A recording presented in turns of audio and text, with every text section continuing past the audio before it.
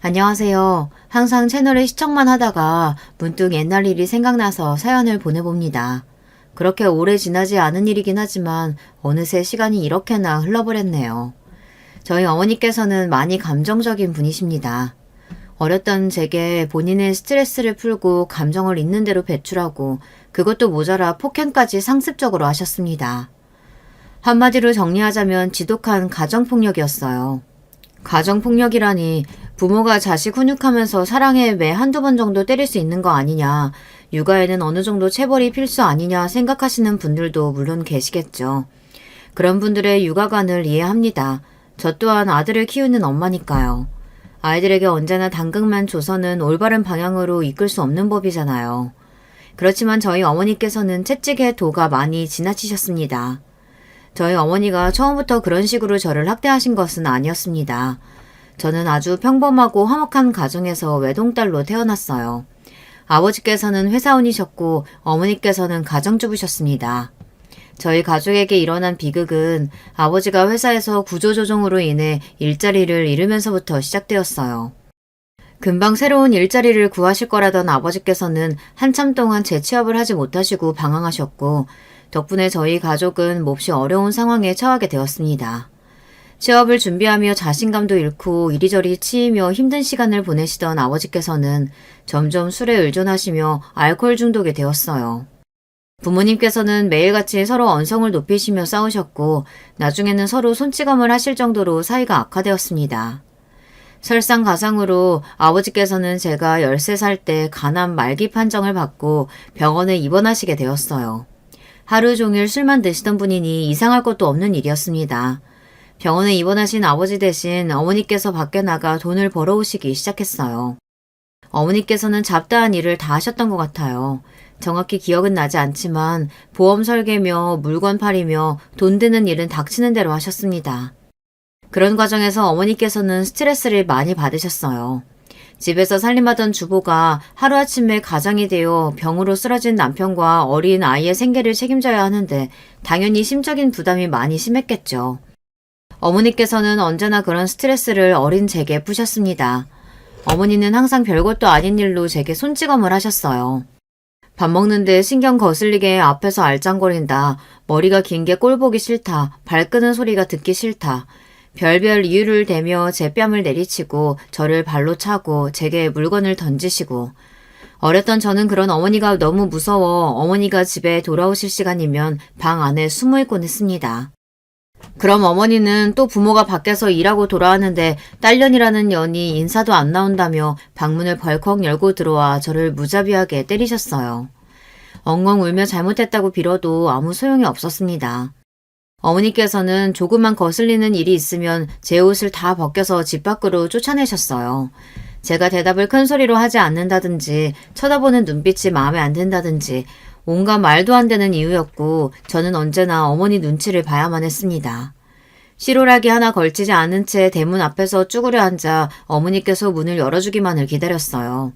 혹시라도 옆집 사람이 오지 않을까, 계단에서 소리가 들릴 때마다 엘리베이터가 움직일 때마다 맨발로 비상구를 이리저리 뛰어다니며 피하곤 했습니다. 그때 당시의 감정이 아직도 생생히 기억나요.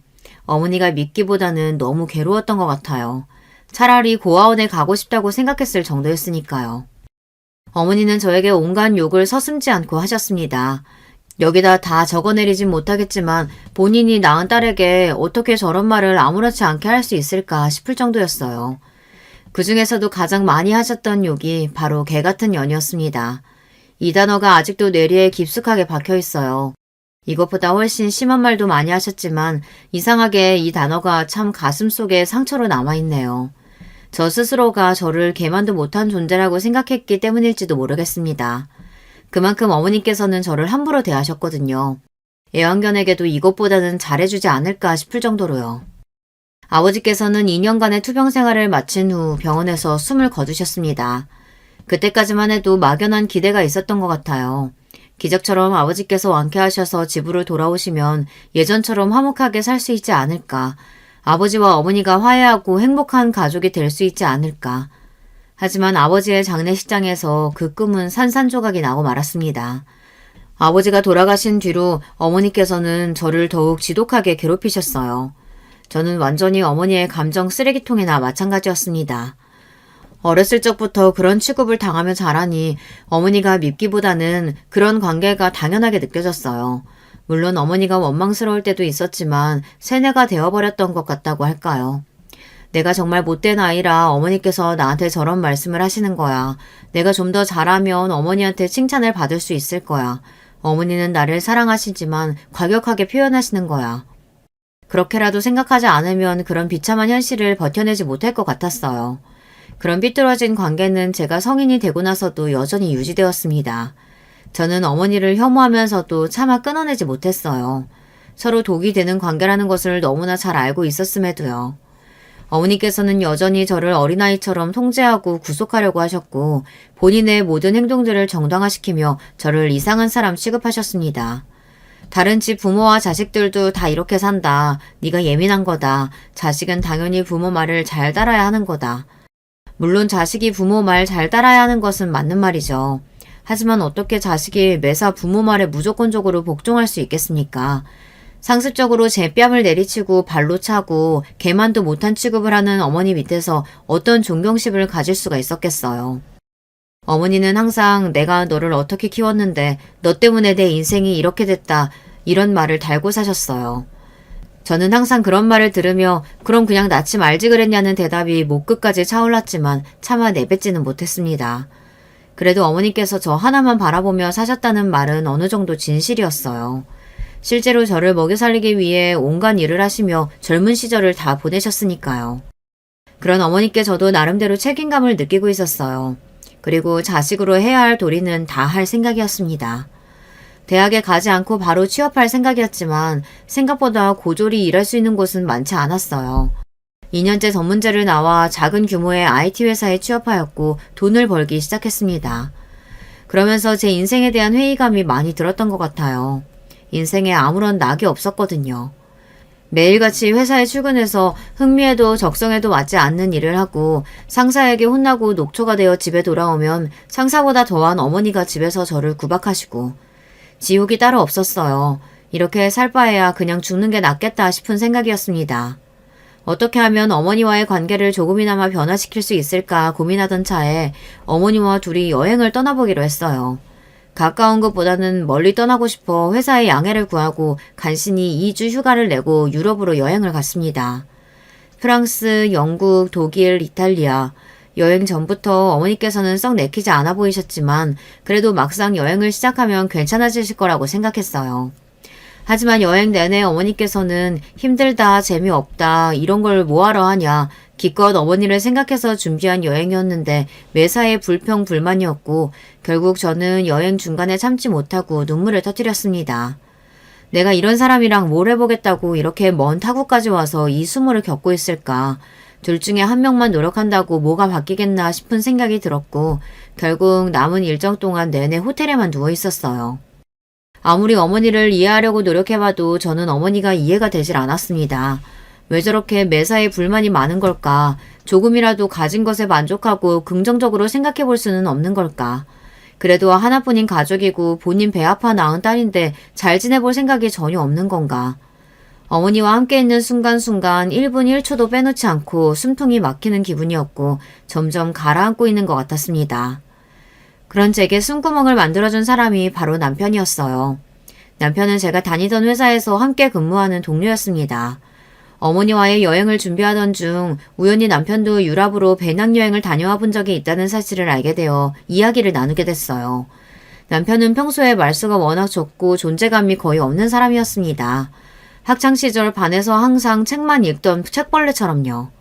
이전에는 서로 간단한 인사만 나눴을 뿐 한 번도 말을 섞어본 적이 없었습니다. 낯을 몹시 가리는 사람인가 싶었는데 생각보다 말도 잘 통하고 본인이 다녀와 본 식당이며 관광지들의 정보를 정리해서 제게 성심성의껏 알려주기도 하고 여러모로 괜찮은 사람이다 싶었어요. 비록 여행은 성공적이지 못했지만 남편을 위한 기념품을 사오기도 했고 고마운 마음이 있어서 제가 먼저 밥 한 끼를 사겠다고 했습니다.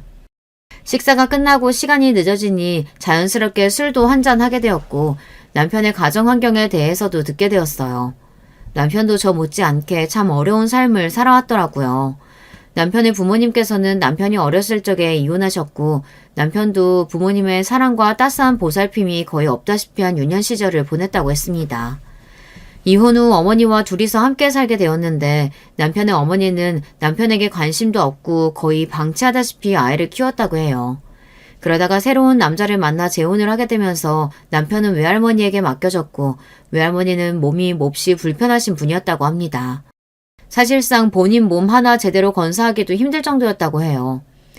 남편이 아버지에게서 양육비를 매달 받긴 했지만 그 돈은 전부 어머니가 중간에서 가로채고 실질적으로 남편을 돌보고 있는 외할머니에게 돌아오는 돈은 단 한 푼도 없었다고 합니다. 그런 어려운 상황에서도 외할머니께서는 남편을 잘 보살펴 주려고 노력하셨다고 해요. 그렇지만 얼마 지나지 않아 외할머니가 돌아가시게 되면서 남편은 아버지 품으로 돌아가게 되었습니다. 아버지께서는 재혼을 하시지는 않았지만 어머니와 마찬가지로 어린 남편을 거의 없는 사람 취급하셨다고 해요. 남편이 어머니를 많이 닮았다고 하더라고요. 남편을 보면 어머니가 생각난다며 자주 짜증을 내셨다고 합니다.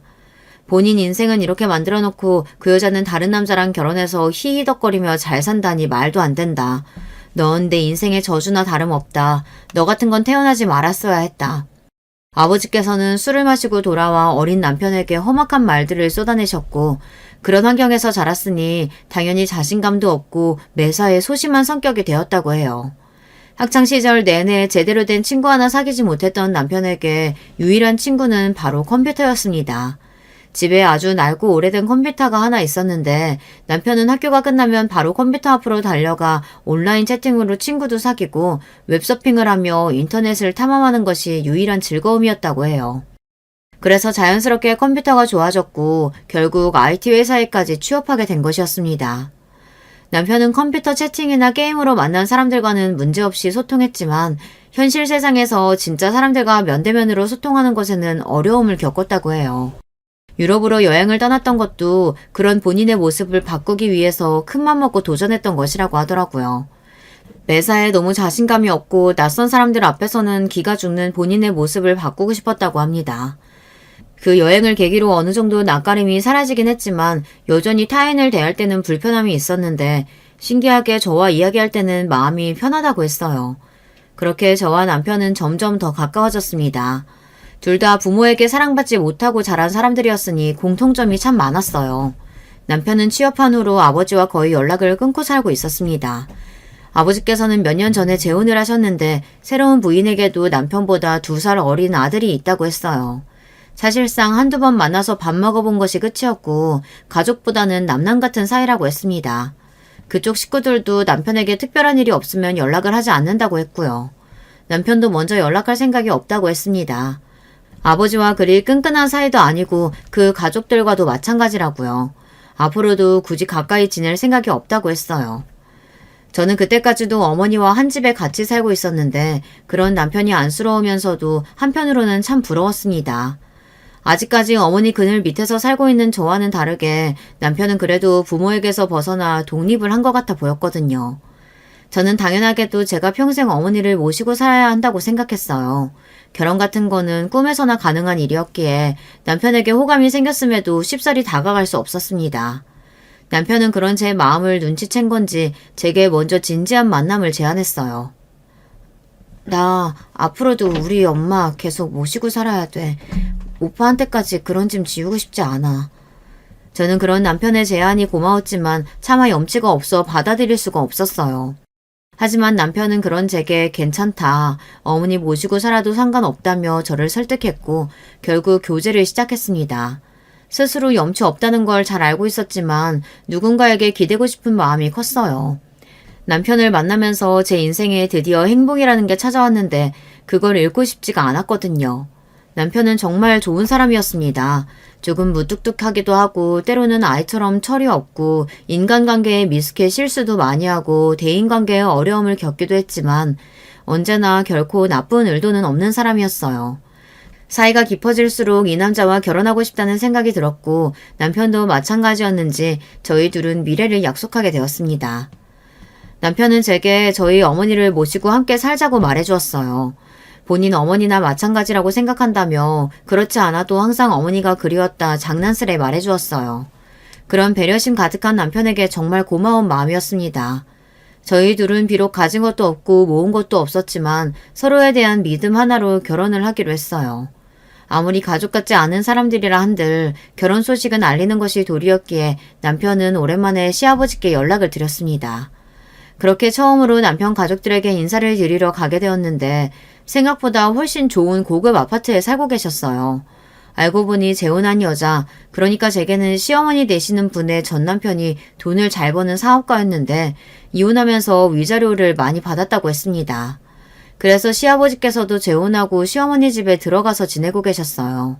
시어머니나 도련님이나 딱히 저희에게 관심도 없어 보였고 첫인상부터 쏙 호감이 가지는 않았습니다. 저희를 대하는 태도가 돈도 없고 가진 것도 없는 것들이니 우리랑은 사는 세계가 다른 사람들이다 하며 선을 긋는 느낌이었다고 해야 할까요? 어찌되었던 식사 자리는 그럭저럭 나쁘지 않게 마무리되었고 문제는 저희 어머니였습니다. 어머니께서는 제 결혼 소식에 몹시 부정적인 태도를 보이셨어요.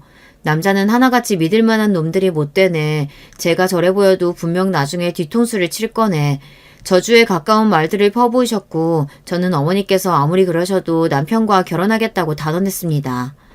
결혼 준비를 하는 내내 어머니께서는 저를 통제하지 못해 안달이셨어요. 결혼식은 어디서 해라, 며칠에 해라, 몇 시에 해라, 하객은 몇 명만 불러라, 식사는 어떻게 해라.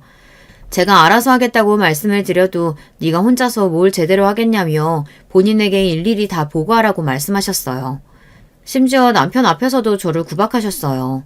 어머니께서 구박하시는 일이야 이미 익숙해질 대로 익숙해져 있었지만 남편 앞에서 그런 취급을 받는 모습을 보이니 너무나 부끄럽더라고요. 어머니께 저는 언제나 벌거벗은 채로 대문 앞에서 덜덜 떨던 어린아이에 불과했습니다. 제가 벌어오는 돈으로 생계를 유지하시면서도 어머니께서는 어떻게든 저를 구속하고 통제하려고 하셨어요. 그런 어머니가 너무 질리고 다 그만두고 싶으면서도 그놈의 혈육이 뭐라고 어머니를 차마 나무라라 할 수가 없었습니다. 부쩍 건강이 안 좋아지시기도 했고 오래 일하시던 직장에서 사고로 다리를 다치시면서 일을 그만두게 되셨거든요. 큰 사고는 아니었지만 어머니께서는 그 뒤로 후유증이 생기셔서 다리를 조금 절뚝이게 되셨어요. 다리도 불편하신 분을 차마 혼자 둘 수 없었고 제가 따로 살자고 말씀드려도 끝까지 고집을 부려 제 옆에 계시려고 할 분이었습니다. 그렇게 결혼 준비 내내 스트레스를 받고 몇 번이고 고민을 했음에도 결국 저와 남편은 어머니를 모시고 함께 살게 되었어요. 그렇게 어머니와 둘이 살던 작은 집을 처분하고 방 2개 있는 구축 아파트로 이사해 신혼집을 꾸렸습니다. 그래도 아파트라고 참 좋더라고요. 생전 처음으로 살아보는 아파트였습니다. 낡고 오래된 건물이었지만 그래도 아늑한 보금자리가 생긴 것 같아서 좋았어요. 그렇지만 어머니께서는 집이 마음에 드시지 않는 건지 집이 왜 이렇게 좁냐, 건물이 너무 낡았다며 매일같이 불평불만을 늘어놓으셨고 어떻게든 견뎌보려 했지만 정말 인내심의 한계가 올 정도였습니다. 어머니, 제발 그만 좀 하시면 안 돼요? 저희 형편에 이것보다 더 좋은 집 구하기 어려운 거 아시잖아요. 안 그래도 결혼하고 어머니 모시고 사는 것도 오빠한테 미안해 죽겠는데 도대체 왜 이러시는 거예요? 더 이상은 못 참겠어요. 어머니 딸로 태어난 게 끔찍하게 비참해요. 이럴 거면 그냥 낳지 말지 그러셨어요. 저도 어머니 딸로 태어나고 싶지 않았어요. 그렇게 가슴속에 담아두었던 말을 눈물과 함께 쏟아내고 집을 뛰쳐나왔습니다. 도저히 어머니와 한 공간에 있고 싶지 않았어요. 남편도 저를 급하게 따라 나왔고 저는 집 앞 놀이터에 주저앉아 한참을 오열했어요. 조금 진정이 된 후 남편이 편의점에서 사온 캔맥주를 한 캔 따서 마시며 옛날 이야기를 했습니다. 남편도 부모님께 받은 상처가 많은 만큼 제 심정을 잘 이해해 주었어요. 그래도 미우나 고우나 어머니신데 돌아가시기 전까진 잘 모셔보자. 어머니 요즘 건강도 안 좋으시잖아. 내가 옆에서 또 도와줄게. 남편의 말에 고개를 끄덕이고 자리에서 일어났습니다. 남편 말대로 미우나 고우나 날 낳아주신 어머니신데 그런 식으로 행동해서는 안 됐다는 생각이 들었어요. 평소에 어머니가 좋아하시던 달달한 주전부리를 몇 개 사서 집에 돌아갔는데 집이 텅 비어 있었습니다. 다리도 불편하신 분이 혼자 어딜 나가신 건가 싶었어요. 곧 돌아오시겠지, 잠깐 바람 쐬러 나가신 거겠지 하고 1시간, 2시간 기다리는데 새벽이 다 되도록 어머니께서는 들어올 기미가 없으셨습니다. 전화도 받지 않으시고 너무나 불안한 마음이 들었어요. 그렇게 경찰서에 실종 신고를 하려던 무렵 병원에서 연락이 왔습니다. 교통사고가 났다고요. 아무래도 어머니께서는 뛰쳐나간 저와 남편을 찾으러 나오신 것 같았어요. 졸음운전을 하던 트럭 운전수가 어머니를 보지 못하고 사고가 난 것이었습니다.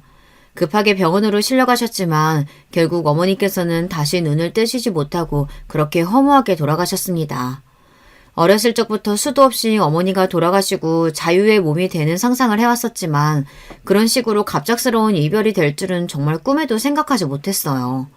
어머니가 돌아가시기 전 마지막으로 드린 말씀이 지금까지도 가슴에 비수가 되어 남아있습니다.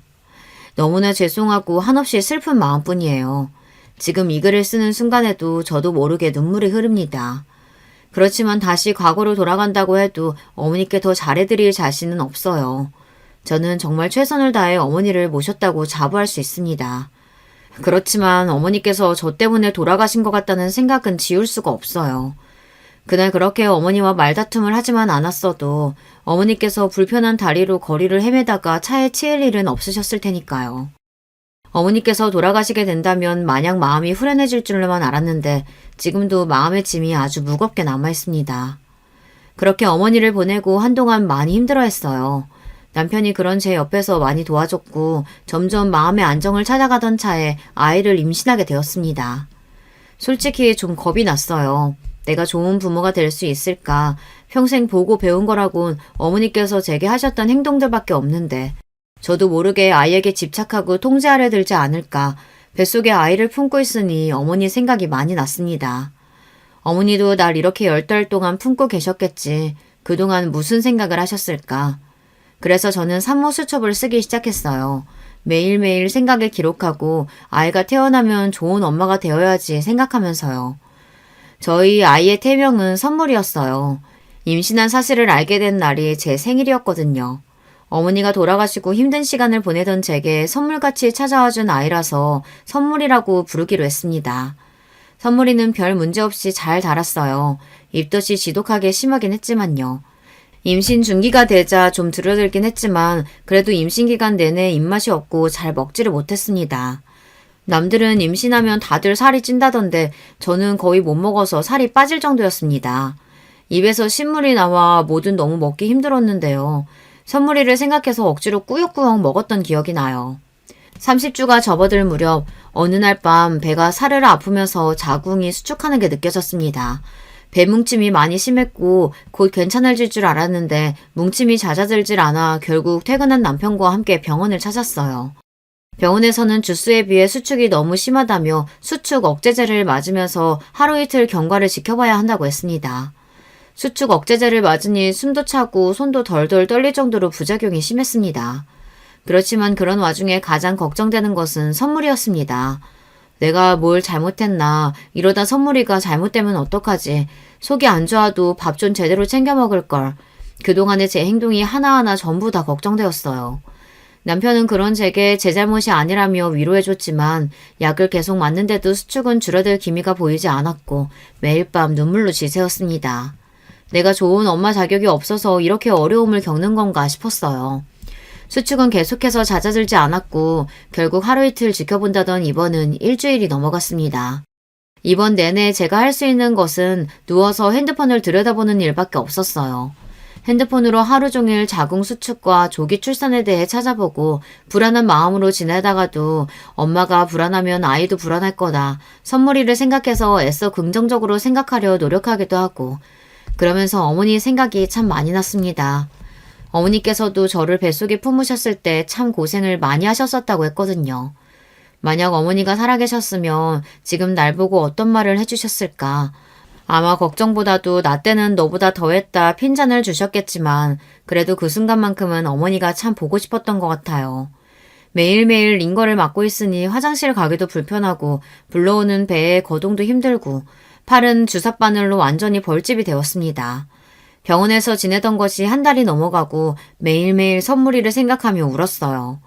그렇게 버티고 버텨 37주에 선물이를 낳았습니다. 선물이는 태어나자마자 폐에 조금 문제가 있어 기계로 들어갔고 그 소식에 아이를 낳고도 많이 울었어요. 제가 못난 엄마라 선물이가 아픈 것처럼 느껴졌습니다. 그래도 다행히 아이는 큰 문제 없이 회복했고 무럭무럭 자랐습니다.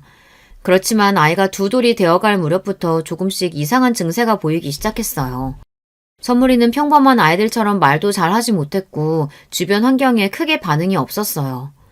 처음에는 발달이 느리다고만 생각했는데 아무래도 문제가 있는 것 같았습니다. 결국 센터에 데려가 상담을 받았고 알고 보니 그동안 선물이가 보였던 모든 증상들이 다 자폐의 전형적인 특성이었어요. 검사 결과 역시나 선물이는 자폐아였습니다. 하늘이 무너지는 기분이었어요. 제가 전생에 무슨 죄를 지었길래 이런 벌을 주시나 싶었습니다.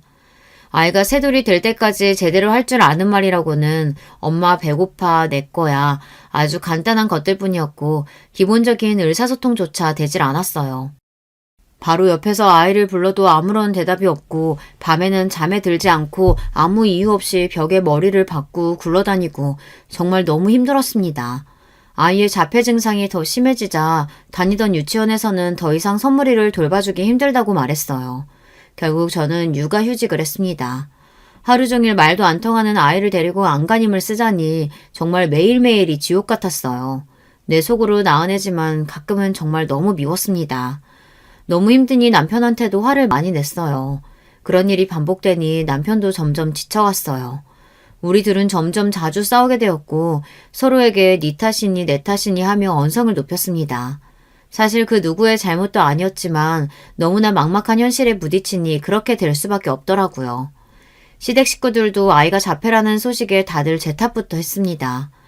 뱃속에 있을 때 검사 같은 거 안 해봤냐느니, 아기가 어렸을 때 잘못 돌봐서 그런 거 아니냐느니, 애초부터 유전자에 문제가 있는 거 아니냐느니, 그런 거 아니다. 누구의 잘못도 아니다. 아무리 말해도 어떻게든 저와 남편에게 잘못이 있다고 몰아가고 저희 부부를 비난했어요. 그쯤 도련님의 결혼식이 있었는데 시댁 식구들은 결혼식에 선물이를 데려오지 말라고 했습니다. 처음 그 이야기를 듣고 너무 화가 났어요. 얘가 뭐 결혼식 가서 난리를 치는 것도 아니고 혹시나 울거나 소리를 지르면 데리고 나가면 되지 않냐. 얘 어디 맡길 데도 없는데 그럼 그냥 오지 말라는 소리 아니냐 따지고 들자. 시어머니께서는 그냥 평범한 애도 아니고 자폐아인데 와서 난리 칠지 안 칠지 어떻게 하냐. 소리 지르고 뛰어다닐 텐데 네가 제대로 보살필 수 있겠냐. 동네 창피하게 데려올 생각하지 말아라. 그냥 나중에 따로 가족들끼리 인사나 하자 제 말을 끊어버리셨고 결국 도련님의 결혼식에는 남편만 참석하게 되었습니다. 너무 억울하고 슬펐어요. 그렇지 않아도 시댁 식구들과 그닥 가까운 사이도 아니었는데 그날 이후로 마음의 벽이 더욱 두꺼워졌습니다. 동서는 부잣집 딸의 교육도 잘 받은 엘리트라고 했어요. 무슨 복지재단 같은 걸 운영한다는데 그때까지만 해도 정확히 무슨 일을 하는지 잘 몰랐습니다. 얼마 안 가 저녁 식사 자리에 초대를 받아 가게 되었는데 알고 보니 동서는 장애인을 위한 사업을 하는 재단을 운영하고 있다고 했어요. 동서 아버지가 작은 기업의 사장인데 그 기업에서 운영하는 자선재단이었습니다. 장애인을 위한 재단을 운영한다는 사람이 자기 결혼식에 자폐와 시조카가 부끄럽다고 못 오게 한다니 이게 무슨 어불성설인가 싶었어요.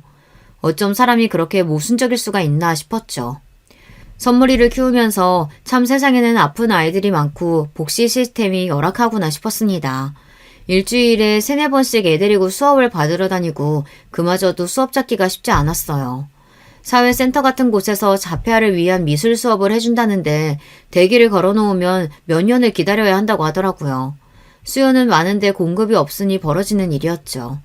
처음엔 1년, 2년만 하고 선물이가 괜찮아지면 복직해야지 했던 것이 3년, 4년이 되고 내가 더 노력하면 내가 더 아이를 잘 보면 상태가 좋아지겠지 생각하고 버텼건만 참 마음처럼 안 되는 날도 있더라고요. 정말 너무 죽고 싶고 다 포기하고 싶을 때도 많았어요. 그러다 정말 운이 좋게도 선물이같이 자폐아들을 모아놓고 가르치는 유치원에 들어갈 수 있는 기회가 생겼어요. 조금 숨통이 트이는 기분이었습니다. 유치원에 들어가면서 가장 크게 바랬던 것은 선물이가 앉아있어야 할 땐 앉아있고 본인의 이름을 부르면 돌아보고 잠시라도 무언가에 집중하고 배울 수 있는 아주 기본적인 것들이라도 할 수 있게 되었으면 좋겠다는 바람이었어요. 자폐아 유치원에는 저 같은 처지의 엄마들이 많았습니다. 저는 모든 자폐아 엄마들이 저처럼 현실에 찌들어 하루하루 힘들게 살아갈 거라고 생각했는데 그렇지가 않았어요. 다들 너무 활기차고 열심히 살아가고 있었습니다. 자폐아 유치원에 다니면서 정말 많은 것이 달라졌어요.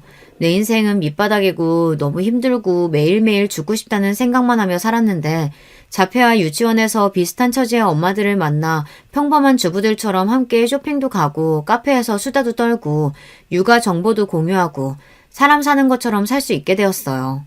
물론 힘든 일도 있었습니다. 자폐아 유치원이다 보니 수업이 잘 진행되지 않는 날도 많고 사고가 나기도 하고 아이들끼리 자주 다투기도 했어요. 그래도 다들 비슷한 처지의 엄마들이니 각자 아이의 실수도 잘 이해해주고 서로 보듬어주며 점점 사이가 끈끈해졌습니다. 그 중에 가장 친하게 지냈던 언니가 있었는데 선물이보다 1살 많은 남자 자폐아를 키우는 엄마였어요. 저와 2살 터울이었고 사는 곳도 가까워서 가장 자주 만나고 속에 있는 얘기도 많이 터놓고 지냈습니다. 언니는 아이가 자폐아인 걸 알고 난 후로 남편과 많이 싸웠고 결국 합의점을 찾지 못해 이혼을 했다고 했어요. 실제로 자폐 부모 중에는 이혼한 사람들이 많아요. 저와 남편도 한때는 정말 갈라서 자고 진지하게 이야기한 적도 있었습니다. 자폐아를 키우다 보면 은근히 돈이 많이 들어가요. 각종 프로그램도 프로그램이고 자폐아 유치원도 보통 유치원보단 원비가 훨씬 비쌌습니다. 물론 시설에 따라 다르겠지만요. 보통 부모들 중 한 명이 완전히 하루 종일 붙어서 아이를 보살피다 보니 외벌이 가정인 경우가 많은데 혼자서 버는데 아이에게 들어가는 돈은 평범한 아이보다 훨씬 많으니 다들 그렇게 형편이 넉넉할 수가 없었어요. 언니는 그나마 우리 중에 형편이 제일 나았지만 전 남편이 잘 나가는 변호사라 영육비를 많이 받는다고 했어요. 그래서 종종 저희 부부에게 돈도 빌려주고 간간히 밥도 사주고 했어요. 다들 하루 벌어 하루 먹고 살기도 빡빡한 사람들이었기에 서로서로 돕는다는 게 이런 거구나 느꼈습니다. 서로 어려운 처지에 있으니 더욱 끈끈하게 느껴졌어요. 든든한 동료들이 생긴 기분이었습니다. 그러던 어느 날이었어요. 그날은 센터에서 미술 수업을 받는데 그날따라 선물이가 말도 너무 안 듣고 난리를 쳐서 온몸에 물감을 뒤집어 쓴 채로 지친 몸을 이끌고 집에 돌아왔는데요. 웬일로 남편이 먼저 집에 와 있었어요. 남편은 집에 돌아온 저를 바로 얼싸안고 빙글빙글 돌았습니다. 도대체 왜 그러냐 물어보니 남편은 이제 우리 벼락부자가 됐다고 소리를 쳤어요. 그래서 도대체 그게 무슨 말이냐, 복권이라도 당첨됐냐 물어보니 혹시 비트코인이라고 들어봤냐고 물어보더라고요. 네, 여러분이 아시는 그 비트코인이요. 요즘에야 하도 유명해져서 모르는 사람이 없다고 하지만 당시만 해도 아무도 아는 사람이 없었습니다. 남편은 신나서 막 이야기를 하는데 남편이 무슨 소리를 하는지 도통 알아들을 수가 없고 하루 종일 구르다 오느라 피곤하지 몸은 젖어서 찝찝하지 알겠으니 애 좀 봐달라고 하고 씻고 그냥 잠에 들어버렸던 기억이 나요. 얼마 지나지 않아 뉴스에서 시끄럽게 떠들어대는 걸 보고 남편이 통장에 찍힌 돈을 보여주고 나서야 실감이 났던 것 같습니다. 어렸을 적부터 그렇게 컴퓨터만 끼고 살던 사람이라 호기심에 몇만 원 정도 사놓았던 코인이 말도 안 되는 금액으로 불어난 겁니다. 인생 살면서 제게는 항상 불행한 일만 있었는데 살다 보니 이런 행운도 찾아오는구나 싶었어요. 남편은 그동안 고생 정말 많았다며 우리 이제 좀 더 편하게 살자. 선물이 좋은 가정교사도 붙여주고 더 좋은 치료도 받고 당신도 이제 하루 종일 선물이 따라다니면서 스트레스 받지 말고 좀 쉬자고 했어요. 하늘이 제게 내려주는 2번째 선물 같았습니다. 첫 번째 선물을 잘 보살피느라 고생 많았으니 잘했다며 2번째 선물을 주시는 거라고 생각했어요. 남편은 아이처럼 신나서 어디로 이사 갈까 무슨 차를 살까 고민하기 시작했고 저도 비싸서 쳐다도 못 봤던 교육시설이나 가정교사들을 알아보기 시작했습니다. 유치원을 그만둔다고 하니 다들 무슨 일 있냐면서 걱정을 했어요. 솔직히 얘기해봤자 좋을 일 없을 것 같아 유치원 사람들에게는 그냥 멀리 이사가게 되었다고 둘러대었습니다. 아무리 동료같이 끈끈하게 지내던 사이라고 해도 굳이 말하고 다닐 필요는 없다고 생각했어요. 그래도 가장 친하게 지내던 언니한테는 말하고 싶어 밥 한 번 먹자 제가 사겠다 얘기했어요. 언니는 형편도 어려우면서 뭘 사냐며 자기가 사주겠다고 했지만 제가 아니라고 비싼 걸로 말하라고 언니 먹고 싶은 걸로 대접하겠다고 했어요. 그렇게 식사 자리에서 그동안의 이야기를 다 털어놓고 언니에게 빌렸던 돈에 이자까지 넣어서 한 번에 갚았습니다. 그동안 신세 너무 많이 졌다. 다른 사람들은 몰라도 언니한테는 이야기해야 될 것 같아서 말한 건데 다른 사람들에게는 말하지 않아줬으면 한다 부탁하니 언니 표정이 묘하더라고요. 한 일주일쯤 뒤에 유치원에 마지막으로 받을 서류가 있어 오랜만에 들렀는데 엄마들이 전부 저를 보고 수근수근대고 있었어요. 무슨 일인가 싶었는데 서류를 건네주던 유치원 교사가 제게 어머니 더 좋은 곳으로 옮기신다면서요? 개인 교사도 붙이시고 좋으시겠어요. 이제 선물이 앞으로 더 좋아질 일만 남았네요. 하고 이야기를 꺼내는 겁니다. 너무 놀라서 어떻게 아셨냐 물어보니 소문이 쫙 났다며 그 언니가 동네방네 제 이야기를 떠벌리고 다녔다고 했어요. 너무나 충격적인 얘기에 바로 언니에게 전화를 걸어 내가 비밀로 해달라고 부탁하지 않았냐, 어떻게 이럴 수 있냐, 왜 그랬냐 따지고 들었고 언니는 아주 냉랭한 목소리로 답했어요. 너야말로 어떻게 그럴 수가 있어? 우리 그동안 동료처럼 끈끈한 사이 아니었어? 돈 좀 생겼다고 그렇게 바로 애 데리고 나가는 게 맞니? 넌 남은 애들 불쌍하지도 않아? 돈이 생기면 다니던 유치원에 투자를 해주거나 가족처럼 지내던 애들을 위해 써줄 생각을 해야지. 네 아들만 좋은 시설에서 좋은 교육 받으면 다니? 난 지금까지 우리가 그 정도 사이라고 생각 안 했어.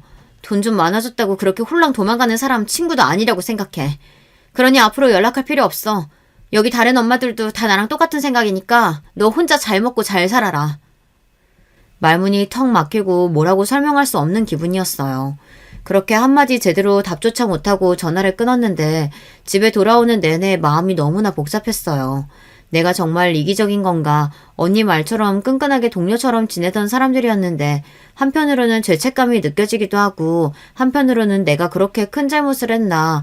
사람이라면 다들 나처럼 행동하지 않을까? 그동안 그렇게 고생하면서 살았는데 혼자서 이 정도 행복도 맛보지 못하는 건가? 억울한 마음도 크고. 한참을 고민하다 결국 남편과 상의해서 선물이가 다니던 유치원에 기부를 하기로 했습니다. 꼭 그럴 필요도 없었지만 그렇게라도 해야 제 마음이 조금이나마 편해질 것 같았어요. 그런 일을 한번 겪고 나니 주변 사람들에게 더더욱 부자가 되었다는 사실을 알려서는 안 되겠다는 생각이 들더군요. 당연히 시댁 식구들에게는 입도 뻥끗하지 않았습니다. 저희 가족은 옛날이라면 꿈도 못 꿔봤을 고급 아파트로 이사를 했고 억소리 나는 차도 2대나 샀습니다. 남편은 아이처럼 신나하며 저와 선물이를 태우고 드라이브를 했어요. 그렇게 순수하게 기뻐하는 남편의 모습은 연애할 때 이후로 처음 보는 것 같았어요. 남편은 새 차에 신나했지만 저는 그래도 제가 항상 타고 다니던 낡은 마티즈가 좋았습니다. 선물이 자폐 진단받고 회사 그만두고 애 데리고 이곳저곳 다닐 곳이 많이 생겨서 그때 면허 따고 처음으로 산 차였어요. 많이 낡긴 했지만 그만큼 항상 붙어 다니고 정도 많이 든 차였는데 저는 딱히 차에 대한 욕심도 없었고 화려한 차를 끌고 다녀봤자 사람들 이목만 끌 것 같아 남편이 차를 바꿔주겠다고 했지만 거절했습니다. 돈이 다가 아니라지만 돈이 있으니까 참 좋긴 했어요. 1대1로 교육해주는 전문 학교도 보낼 수 있었고 몇 년을 대기해서 들어갔던 미술 수업도 돈만 내면 언제든지 바로바로 받을 수가 있었습니다. 제가 피땀 흘려 24시간 붙어 다니며 선물이를 보살필 때보다 전문가들의 손에서 훨씬 안정적이고 좋아 보이니 조금 씁쓸하기는 했어요. 그렇지만 그만큼 저에게도 자유시간이 생겼고 정말 오랜만에 숨 쉴 틈이 생겼습니다. 여유가 생기니 남편과 사이도 더 좋아졌어요. 셋이서 여행도 가고 신혼으로 돌아간 것 같았어요. 제가 하루 종일 붙어서 애를 보지 않으니 애한테도 더 관대해지고 세상이 참 아름답게만 보였습니다. 시간이 조금 지나자 남편은 시댁 식구들에게 모든 것을 말하고 싶은 눈치였지만 저는 조금만 더 지켜보자며 남편을 설득했어요. 그러던 와중에 시아버지의 생신날이 되었고 오랜만에 고급 식당에서 다 함께 저녁 식사를 하게 되었습니다. 썩 내키진 않았지만 거절할 명목도 없었기에 그래도 선물을 사들고 갔어요. 남편은 이번 기회에 전부 이야기하자며 롤스로이스를 타고가 자랑하고 싶어하는 눈치였습니다. 남자는 다 커도 영원한 애라더니 참 저렇게 철이 없구나 싶었어요. 오빠 마음은 알겠는데 일단 오늘은 내 차 끌고 가자 설득했고 결국 마티즈를 타고 고급 한정식집으로 향했습니다. 식당에 먼저 도착해서 동서 부부를 기다리고 있었는데 갑자기 동서에게서 전화가 왔어요. 주차장으로 좀 나와보라는 말에 무슨 일인가 싶어서 나갔더니 동서가 주차를 하다 옆에 세워져 있던 제 마티즈를 박은 것이었습니다. 아니, 이 고급 식당에 격떨어지게 왜 마티즈가 서있나 했더니 형님네 차였어요? 참나, 이런 똥차를 도대체 왜 끌고 나와서 여기 세워둬요, 쪽팔리게. 고급 식당 주차장에는 고급차만 있으란 법이 있어? 내가 주차를 이상하게 한 것도 아니고 왜 멀쩡히 세워둔 차 동서가 박아놓고 적반하장이야. 말싸움을 하던 와중 선물이가 동서차가 신기했는지 차 앞으로 다가갔어요. 동서는 구형 벤츠를 몰고 다녔는데 앞에 달린 장식이 신기했던 모양이에요. 선물이가 동서차에 손을 대는 순간 동서가 질색하며 선물이의 손을 쳐냈습니다. 이 글을 다시 쓰는 지금도 다시 생각하니 정말 몸이 떨릴 정도로 화가 나네요. 마치 더러운 것이라도 닿았다는 양 난리 부르스를 떨면서 소리를 지르는데 너무나 황당했어요. 재수없게 어딜 만지냐며 아무리 장애인이라도 교육을 잘 시켰어야지 하여간 이래서 장애인들이 싫다고 질색에 팔색을 하는데 너무나 화가 나더라고요. 동서, 말 조심해. 그것 좀 만졌다고 그게 그렇게 큰 문제야? 내가 몰려. 틀린 말 한 것도 아니잖아요. 계좌나 보내요. 수리비 줄 테니까. 뭐 똥차니까 한 50 정도면 충분하죠?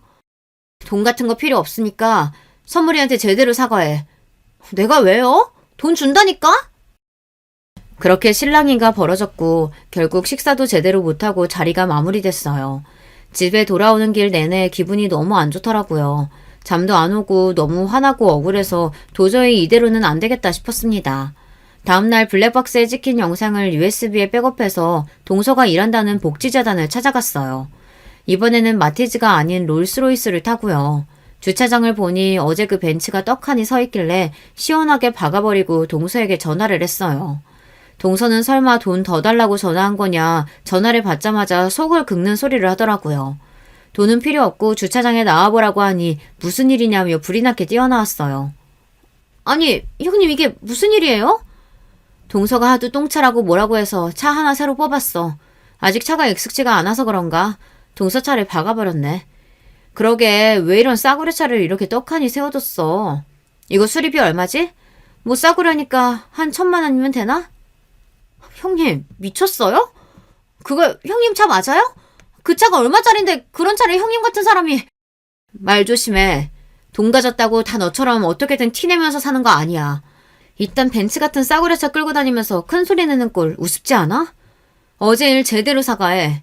우리 아들한테 막말한 거. 제가 언제 막말을 했다 그래요? 다 맞는 말 했잖아요. 그럼 지금 사람들 다 보는 앞에서 어제 했던 그 말 그대로 해보던지. 못하겠지? 동서도 그게 잘못됐다는 걸 아니까. 아니야? 어제 동서가 했던 말 전부 블랙박스에 찍혔어. 내가 그동안 괜히 엮이기 싫어서 참고 있었는데 아무리 그래도 장애인 자선단체 운영한다는 사람이 그런 태도가 말이 되니? 영상 여기저기 올려서 망신살 제대로 뻗치기 전에 지금 사과해. 동서 아버지 회사 이름 걸고 운영하는 재단 아니야? 결국 동서는 제 말에 한참 망설이다 고개를 푹 숙이고 죄송하다 사과했고 선물이에게도 제대로 사과하게 만들었어요. 물론 선물이는 해맑게 웃으며 제대로 상황을 이해하지 못하는 것 같았지만 상관없었습니다. 제 속이 너무나 뻥 뚫리는 기분이었으니까요. 그렇게 속 시원한 마음으로 집에 돌아오니 동서가 시부모님께 이야기를 전한 건지 어떻게 된 일이냐며 전화기에 불이 나게 연락이 왔습니다.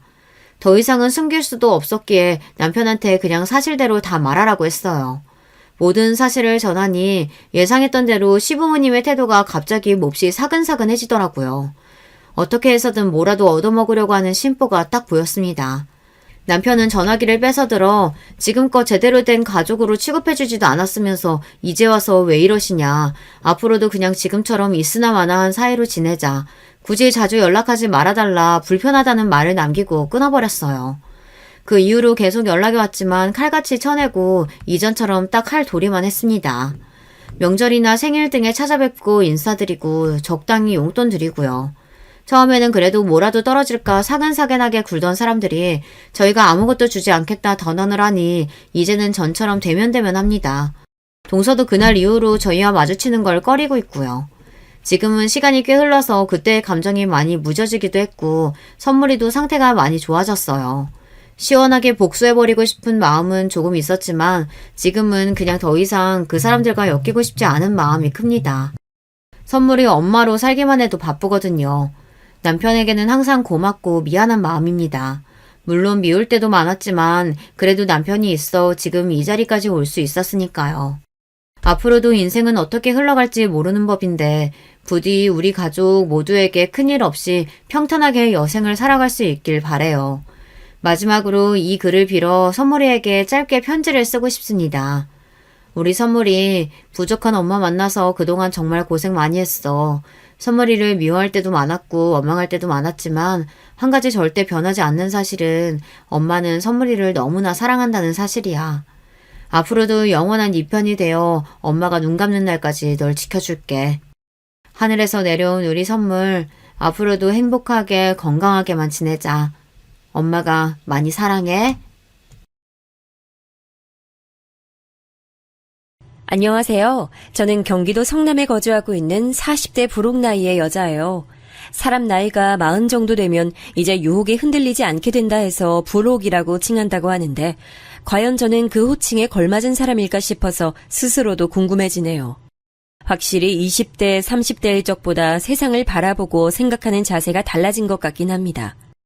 모쪼록 좋게 봐주시면 고맙겠습니다. 먼저 밝히는 점은 제가 입양아 출신이라는 거예요. 저는 4살 되던 해에 보육원에 버려졌어요. 그래서일까요?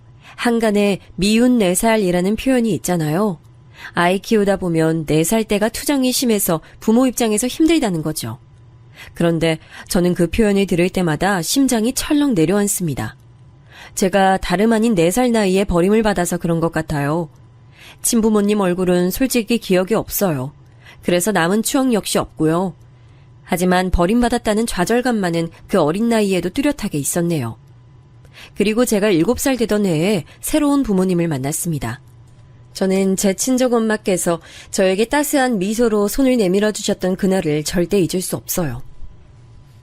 미니야, 아줌마 저번에도 몇 번 봤지? 아줌마 여기 올 때마다 우리 미니 주려고 예쁜 인형도 사오고 맛있는 과자도 사오고 그랬었는데. 네, 알아요. 지난번에 초콜릿도 주셨잖아요. 그리고 저 아줌마 누군지 알아요? 어머, 그래? 선생님이나 아니면 원장님께 들어서 아는 거려나? 우리 미니가 아는 나는 누군지 궁금하네. 아줌마는 부자예요. 엄청 좋은 차 타고 다닌다고. 그래서 아줌마가 오면 원장님이 웃고 있는 거라고 언니 오빠들이 얘기하는 거 다 들었어요. 엄마께선 재밌다는 듯 웃으시더니 제 머리를 쓰다듬어 주셨고 이내 제게 손을 내미셨습니다. 저는 그 손을 붙잡고 보육원 뒷길을 함께 산책했었는데요. 어린 마음에도 설레고 떨렸습니다. 제 나이 7살의 봄이었죠. 그리고 그해 단풍이 서서히 물들기 시작하던 가을에 저는 입양됐죠. 제게 친절하셨던, 보육원에 종종 들러 직접 봉사활동도 하셨던 그 부자 아줌마는 제 엄마가 되셨어요. 모두가 저를 부러워했어요. 입양되어 보육원을 떠나던 날 저는 난생 처음으로 태어나길 잘했다는 생각을 했네요. 성민이로 살아왔던 제가 박민이가 되어서 초등학교에 들어갔습니다. 부자라고 알려진 그대로 집안은 꽤 부유했죠. 이런 부잣집에 제가 들어가서 딸로 살아도 되는 걸까 싶은 고민이 그 어린 나이에 계속 들었을 정도였어요. 믿어지지 않았죠. 앞으로 네가 살 집이고 넌 우리 집 식구야. 그 사실만 명심하면서 살면 돼. 알았지, 우리 막내딸? 네, 감사합니다, 엄마. 엄마는 웃으면 인상이 환해지는 분이셨고 무표정하게 계실 땐 왠지 모를 카리스마가 은은하게 풍기는 분이셨어요. 이런 멋진 분의 딸로 살아갈 수 있어서 저는 세상에서 제일 가는 행운아라고 생각했죠. 아빠는 살갑거나 다정한 분은 아니셨지만 저를 딸로 여겨주셨고요. 제 위로는 언니와 오빠가 있었는데 둘 다 저를 괴롭히거나 텃세를 부리는 것 하나 없이 처음부터 친절했던 것으로 기억합니다. 그런 잡음을 내기엔 언니와 오빠가 저와 나이 터울이 크기도 했죠. 저를 늦은 나이에 입양하신 게 아니라 친정엄마께서는 언니와 오빠를 일찍 낳으신 경우였어요. 엄마가 21살일 때 언니를 낳으셨으니까요. 제가 중학교 입학을 앞두고 있었을 때 관련된 이야기를 해주신 적이 있었죠. 그때 한창 대학생활 하던 중이었는데 덜컥 뱃속에 생명이 들어섰으니 집안이 뒤집어졌고 난 소중한 생명을 포기할 수 없어서 다른 걸 포기하기로 했어. 대학도 휴학계 냈고 유학 가기로 돼 있던 건 없던 일이 돼버렸지. 엄마, 너무 젊고 어릴 때였는데 아쉽거나 후회되진 않았어요? 아쉽지 않았다면 거짓말이겠지. 하지만 후회는 안 했어. 내가 우리 미니를 내 딸 삼기로 결심하고서 한 번도 후회하지 않았듯이. 나는 내 자식들이 가장 우선이고 중요해. 외갓집이 지역 유지로 꼽힐 만큼 탄탄한 집안이었고 특히 엄마께서 어렸을 때부터 영특하셔서 집안의 기대가 컸다네요. 그래서 엄마께서는 이른 나이에 혼전 임신이라는 변수만 안 겪으셨어도 아마 다른 걸 물려받고 다르게 사셨을 뿐이에요. 하지만 상황이 그렇게 되면서 집안에서 미운털 벗긴 신세가 되셨고 거의 육아에만 집중하며 사셨죠. 보육원 봉사를 직접 다니신 것만 봐도 알 수 있듯 아이들을 워낙 좋아하고 아량이 넓으신 분이라 사람 안 쓰고 손수 언니와 오빠를 즐겁게 키우셨다고 해요. 친정 부모님은 8살 차이의 부부셨는데요. 조금은 형편이 어려운 집안에서 나고 자란 아빠께선 대학을 나오시고 취직하신 이후에도 가족들에게 생활비를 대주고 빚을 갚아주고 이러느라 시달리셨대요. 그러셨던 분이 엄마와 결혼하시게 되면서 특수장비의 외판을 제작하는 공장을 맡아 운영하게 되셨습니다. 원래 엄마의 사촌 오빠 되시는 분께서 집안 자금으로 시작하셨던 거래요. 성공적으로 안착이 되자 다른 걸로 옮겨가게 되셨고 친정 아빠에게 넘겨주신 거였죠. 대단한 수익이 나는 건 아니었지만 집안에 원체 돈이 있는 편이니까 여유롭게 굴러갔어요. 언니는 대학을 미국으로 갔는데 아예 거기서 눌러 살게 됐고요. 오빠는 원래 평범하게 경영학 공부를 하며 취미로 사진 찍으러 다니던 사람이었는데 집안 상황이 급변하면서 지인들이 있는 일본으로 건너가 그곳에서 음식도 배우고 식당에서 일도 하고 돈 받고 사진 찍으러 다니면서 그렇게 살았습니다. 급변한 집안의 사정은 불행하게도 이어진 부도였습니다. 불행은 한꺼번에 파도처럼 밀려온다더니 딱 그랬어요. 제가 고등학교 재학 중이었는데 집에는 드라마에서나 봤던 빨간 딱지가 덕지덕지 붙었고요. 돈 내놓으라고 소리 지르는 빚쟁이들이 집 앞에 늘 죽치고 있었습니다. 저는 그때 뭣도 모르던 때였으니까 현금 운용이 불안하게 돌아가더니 이럴 줄 알았다는 등 전부 다 알거지가 돼서 길바닥에 나앉게 됐다는 등 이런 이야기들이 처음엔 와닿지 않았어요. 하지만 친정엄마께서 처음으로 아빠를 향해 소리 지르는 모습을 보고 나서 집안에 닥친 비극이 피부로 느껴졌습니다. 당신이 제대로 하는 게 뭐야? 애초에 내가 그걸 맡아서 했으면 이렇게까지 오지도 않았어. 오히려 집안 위기를 타파할 열쇠를 내가 가지고 있었겠지. 근데 무능한 당신이 그 일을 맡아서 해서 모든 게 망쳐진 거야, 알아? 그럼 처음부터 나한테 그 일을 안 맡겼으면 됐잖아. 여자는 중책을 단독으로 맡아서 할 수 없다고 보수적으로 나왔던 건 바로 네 집안 사람들이잖아. 그래놓고 왜 이제 와서 내 탓을 하고 자빠졌어? 뭐? 네 집안 사람들? 우리 집안 덕분에 여태까지 잘 누리고 잘 살았으면서 은혜도 모르나 봐. 말 한번 곱게 한다. 정말 교양 넘친다, 당신. 비꼬지 마. 지금까지 은연중에 나 깔보고 얕잡아보고 무시하고 네 집안 사람들이 나한테 그렇게 해왔던 걸 내가 몰라서 가만히 있어왔던 줄 알아? 너도 똑같아. 결국은 속으로 날 우습게 여겨왔지? 없이 자란 놈이니까 무시 정도는 해도 된다고 속으로 그렇게 여기면서 살아왔겠지. 내가 그 속을 다 알고 있어. 그건 당신 자격지심이고 당신 모난 부분인 거야. 그걸 왜 나랑 우리 집안 사람들한테 전가해? 지겨워. 정말 지긋지긋해. 아무것도 모르던 나이에 나를 꼬드겨서 여기까지 오게 한 당신이라는 존재가 나는 너무 저주스러워. 엄마께서 울부짖는 모습을 몰래 훔쳐본 저는 큰 충격에 휩싸였어요. 그날 이후론 부모님을 예전처럼 바라볼 수 없었죠. 2층짜리 단독주택은 더 이상 우리 가족의 보금자리가 아니었습니다. 투룸짜리 작은 빌라로 이사가게 됐죠. 저는 고등학생이었기 때문에 이른 아침부터 아주 늦은 밤까지 학교에 머물렀어요. 자정이 다 돼서야 집에 왔고 아침 해가 뜨자마자 등교 준비를 했죠. 집에 있기 싫어서 더 서둘러 나가고 굼뜨게 들어온 측면도 있었습니다. 그렇게 학교에서 오래 있었지만 저는 대학에 갈 생각은 없었어요. 집이 풍비박산난 시점에서 저는 제가 입양하라는 사실을 자꾸만 상기하게 됐습니다. 나는 내가 알아서 살아야 돼. 나는 진짜 자식도 아닌데 날 위해서 이 힘든 시기에 그 어떤 부담도 지시라고 할 수 없어. 고아였던 나를 지금까지 먹이고 입히고 다 해주신 것만 해도 난 충분히 감사해야 되잖아.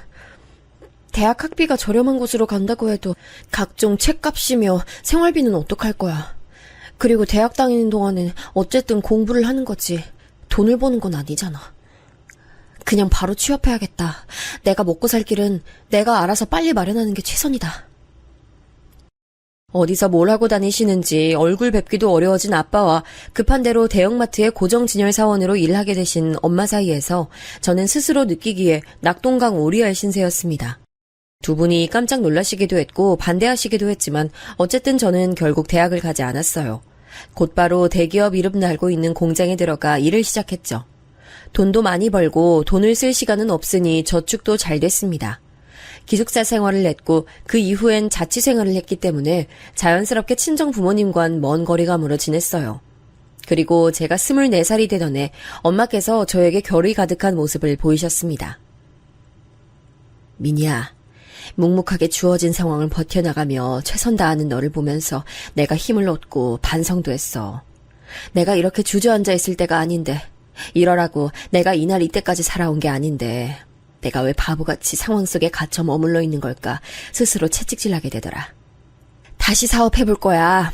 원래 우리 집안 것이었던 그 사업 내가 일으켜보려고 그래. 아무도 몰래 품어온 생각이지만 그건 원래 네 아빠한테 갈 게 아니라 바로 내 몫이었던 일이라고 여겨왔으니까 이제라도 해보려고 해. 엄마, 정말 잘 생각하셨어요. 나는 엄마라면 반드시 해낼 거라고 그러실 수 있다고 믿어요. 전 늘 엄마한텐 대단한 에너지가 잠들어 있다고 어렸을 때부터 생각했거든요. 결과가 어떻든 난 무조건 엄마 응원할 거예요. 그리고 이번이 아니더라도 반드시 어느 때든 엄마는 성공할 거라고 믿어요. 고마워, 우리 막내딸, 우리 미니. 나는 내가 태어나서 가장 잘한 일 중 하나가 너를 품은 거라고 생각해. 엄마 맘 알지? 내가 너를 위해서라도 꼭 성공할 거야. 반드시 우리 집안 다시 일으킬 거야. 엄마께서는 놀라운 잠재력을 발휘하셔서 무너졌던 사업을 단계적으로 일으키셨어요. 조금씩 천천히, 그러나 아주 분명히 사업은 기지개를 켜고 있었습니다. 한편 저는 25을 기점으로 공장 일을 아예 그만뒀어요. 공장에서 만난 분들이 제게 한결같이 이 일은 짧게 치고 빠지는 일이다라고 하는 이유가 있더라고요. 오래 할 게 못 됐어요. 그리고 저는 친구들이라든지 아니면 취미 같은 것에 따로 신경 쓰지 않고 살아서 그런가 너무 일만 했더니 사람이 어두워지고 자꾸만 내향적이 되어가고 사회성도 떨어지고 좀 그렇게 되더라고요. 스스로 그걸 체감할 정도였으니 남들이 보기엔 제가 얼마나 무채색 같은 사람일까 싶어 이 일을 오래 하면 안 되겠다는 결심을 했습니다. 부잣집에서 학창시절을 보냈다고 하면 아무도 안 믿을 만큼 그런 모습으로 살고 있었고요. 공장을 나온 뒤에 자격증 공부를 열심히 해서 3개를 따는 뒤 그걸로 사무직에 취업했어요. 돈을 많이 주는 것도 아니었고 비전이 좋은 것도 아니었지만 스스로는 뭔가 해냈다는 생각이 들어 기뻤습니다. 사무직으로 출퇴근하다 보니까 옷이며 신발도 새로 사게 됐고요. 자신감이 워낙 부족한 저였지만 용기 내서 연애도 해봤어요. 서툴기 짝이 없었죠. 그랬던 제가 정말 민망하고 부끄럽게도 혼전 임신으로 결혼하게 됐습니다. 남편은 저보다 2살 위였고 저에 비하자면 너무나 번듯한 직장에 다니고 있었어요. 외모도 준수한 편이었고요. 제가 남편하고 그때 약 1년 가까이를 만난 시점이었는데요. 임신 사실을 알고 난 뒤에야 그걸 알게 됐습니다. 남편이 제 존재 자체를 자기 집에 얼린 적이 없다는 걸 말이에요. 난 부모님이랑 떨어져 살고 솔직히 왕래도 거의 없이 지낸 지 오래됐고 연락도 자주 하지 않아. 근데도 우리 부모님께는 오빠 존재를 알고 계셔. 내가 오빠하고 만난다는 사실을 말씀드렸거든. 근데 오빠는 어떻게 내 이야기를 한 번도 집에다가 말을 안 할 수가 있었어? 가족하고 가깝다고 엄청 자랑했던 게 오빠였잖아. 그게 나도 얘기를 한 줄 알았는데 내 착각이었지 뭐야. 얘기한 줄 알고 그 다음부터는 그냥 안 한 거였어. 혹시 내가 부끄러워서 의도적으로 숨긴 건 아니고? 절대 아니야. 내가 너를 왜 부끄러워해? 어디에 내놔도 네가 빠지지 않는 인물인데 이상한 오해하지 마. 난 절대 너 부끄러워한 적도 없고 그것 때문에 집에 내 얘기를 안 한 적도 없어. 남편은 강하게 주장했지만 글쎄요. 제가 시어머니를 처음 직접 대면하게 됐을 때 왠지 남편이 저라는 인물을 자기 가족에게 알리기 싫어서 그냥 말을 안 해왔던 거라고 생각하게 됐어요. 저를 따로 불러내신 시어머니께서 대뜸 이렇게 말씀하셨거든요. 고졸? 요즘 세상에 최종 학력이 고졸? 참, 미친 거 아니니? 대학은 왜 안 갔어? 제가 그때 집안 사정이 좀 좋지 못해서 대학에 진학할 엄두가 안 났어요. 사정이 좀 좋지 못했으면 어디 그럴싸한 대출부터 알아봤어야지. 아이, 대학생들 그런 걸로 학교 다니는 애들 받은 거 너 몰랐나 봐. 대출이요? 아, 학자금 대출 같은 거요? 아, 저도 그걸 떠올리긴 했었는데 아무래도 집에 빚이 잔뜩 있는 상황인데 대출까지 받으려니까 마음이 편치 못해서 차마 그럴 수가 없었어요. 뭐라고? 빚? 빚이 잔뜩? 아이고, 이거 난리도 아니구나. 빚이 있는 집안의 고졸인데 못 빼어먹은 티내고 싶어 안달이나 혼전 임신까지 덜컥 해버렸다 이거지. 아유, 이런 빌어먹을 걸 다 봤나. 이딴 덜 떨어진 개뼈다귀 같은 천치를 내가 며느리 삼아야 된다는 게 이가 빡빡 깔리는구나. 실제로 시어머니께서는 사납게 눈매를 치켜뜨시고 일을 빡빡 가셨어요. 그 모습이 너무 무서워서 저도 모르게 눈을 아래로 내리깔았죠. 인적 드문 카페에서 시어머니와 둘이 마주 앉아 있던 그 순간이 당시 기준으로 제 인생에서 가장 힘든 시련이었습니다. 아이, 도대체 내가 무슨 죄를 짓고 업보를 쌓아와서 이런 어이없는 꼴을 봐야 되는지 정말 모르겠네. 그 뱃속에 든 게 우리 집안 핏줄이 맞기나 한 건지, 아이, 솔직히 난 의심이 들어서 완벽히 믿을 수도 없어. 그게 무슨 말씀이세요? 저한테 오빠 하나밖에 없어요. 그러니까 의심하셔도 소용없을 거예요. 뭐야? 요거 봐라. 너 그 아가리 안 닥쳐? 어디서 눈을 땡그랗게 뜨고 그딴 맹랑한 발언을 짓거려? 그리고 너, 우리 아들이 어제 그러던데 너 원래 고아였다며? 그 말씀을 하셨을 때 제 심장이 바닥까지 떨어졌다가 간신히 올라온 듯한 느낌이었어요. 너무 당혹스러웠습니다. 제가 임신을 할 정도였으니 남편하고 당연히 깊은 사이가 되어 있었는데 그러면서 저는 제 출생에 관한 얘기도 해준 바가 있었어요. 이런 부분 정도는 나눠도 된다고 판단을 한 거였고요. 남편이 되게 조심스러운 태도로 들어주길래 저는 내심 감동한 기억이 있었건만 그걸 설마 자기 모친에게 홀라당 전할 줄은 몰랐습니다. 또 그걸 두고 시어머니께서 비웃음을 내거실 줄은 더더욱 몰랐고요. 친부모한테 버림받은 천의 고아 출신이고 지금 부모는 그러니까 양부모라며. 아이, 딱 봐도 관상부터 우중충한 게 박복한 팔자를 타고났는데 하필 우리 아들한테 네가 들러붙었구나. 일반적인 방법으론 도저히 안 될 거니까 계획적으로 임신까지 해서 지금 결혼하려는 거고. 양큼하고 천박한 것. 하늘에 맹세하고 말씀드리는데 절대 계획적인 임신 아니에요. 임신 사실 알고 놀라서 저는 그 자리에서 울음부터 터졌었고 막막함과 두려움에 휩싸인 그런 저를 달래서 결혼 얘기까지 먼저 꺼낸 건 오빠였어요. 저는 그저 사실을 말씀드리고자 했을 뿐인데 시어머니께서는 주먹으로 당신의 가슴을 퍽퍽 치시며 통탄하셨습니다. 저 같은 덜 떨어진 것을 며느리로 드리는 게 너무 슬프고 원통하다는 중얼거림을 늘어놓으시며 눈물까지 글썽이셨죠. 그럼에도 저는 어쨌거나 남편하고 결혼했습니다. 뱃속에 들어온 귀한 생명을 책임져야 한다는 결심이 바탕이었고요. 시아버지께선 무척 공사다망하신 분이셨는데 제가 임신했다고 하니까 대수롭지 않게 그럼 결혼을 하는 게 마땅하지라는 식으로 당연하게 반응하셨다고 남편 통해 들었어요. 확실하진 않은데 아마도 바쁘니까 결혼식은 빨리빨리라는 의견도 내셨다는 것 같았습니다. 시어머니만 환장하는 상황이었던 것 같네요.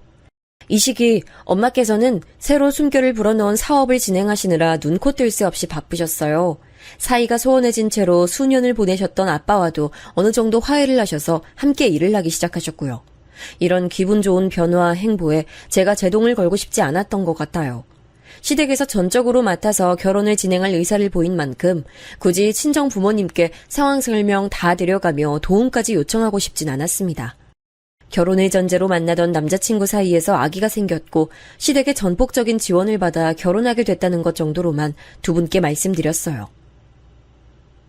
내 손 맞잡아오던 그 작디 작은 고사리 손 모양이 아직도 눈에 설련하고 그 감각이 아직 내 손에 남아있는 것 같은데 세월이 이렇게 흘러서 네가 시집을 가고 또 벌써 하나의 엄마가 될 준비를 하고 있다니.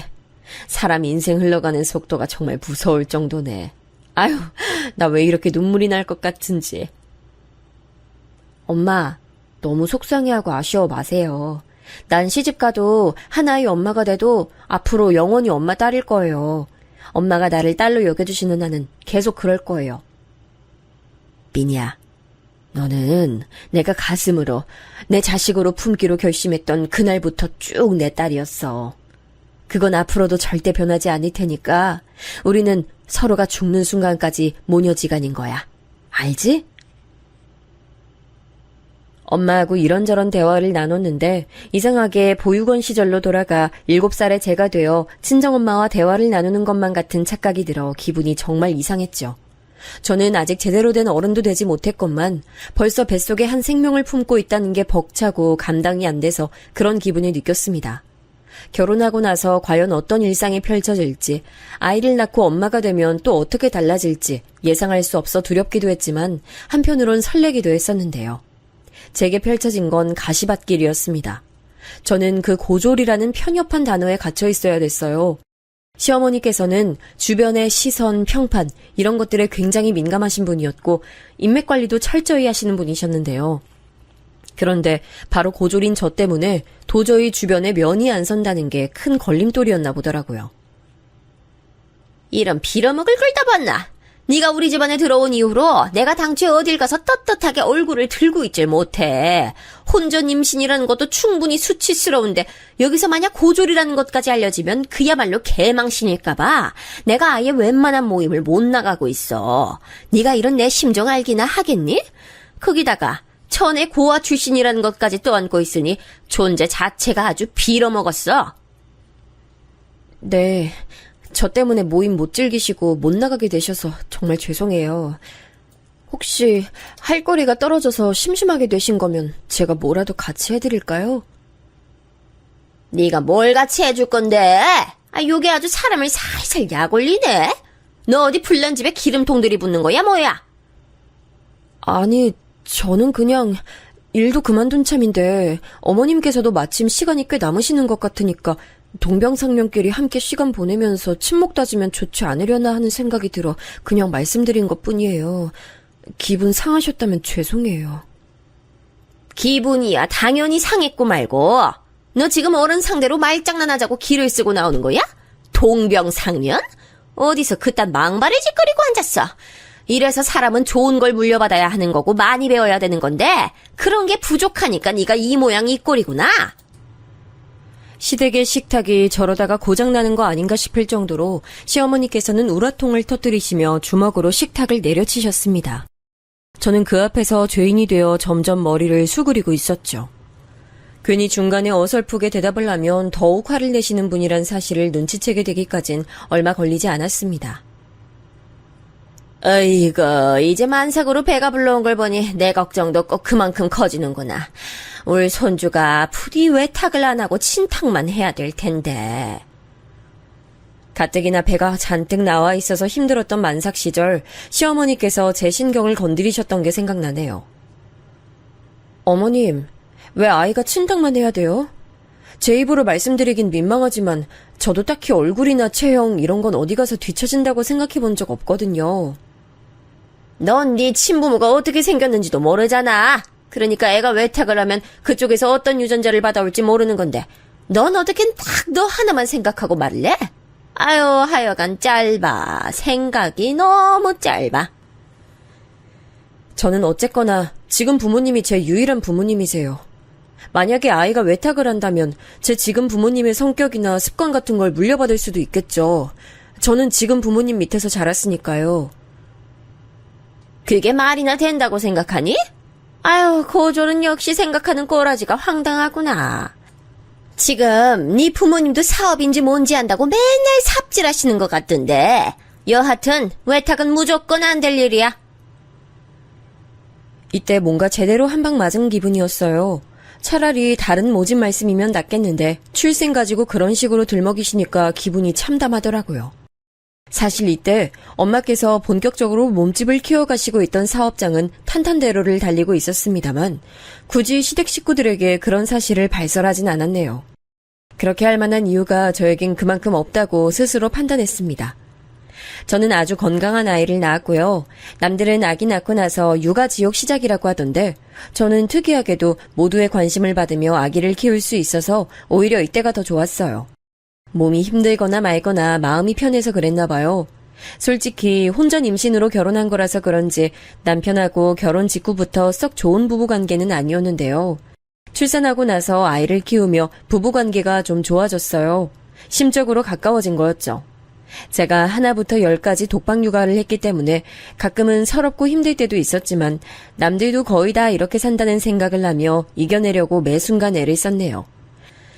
아이는 얄미우리만치 남편만 쏙 닮아 있었고요.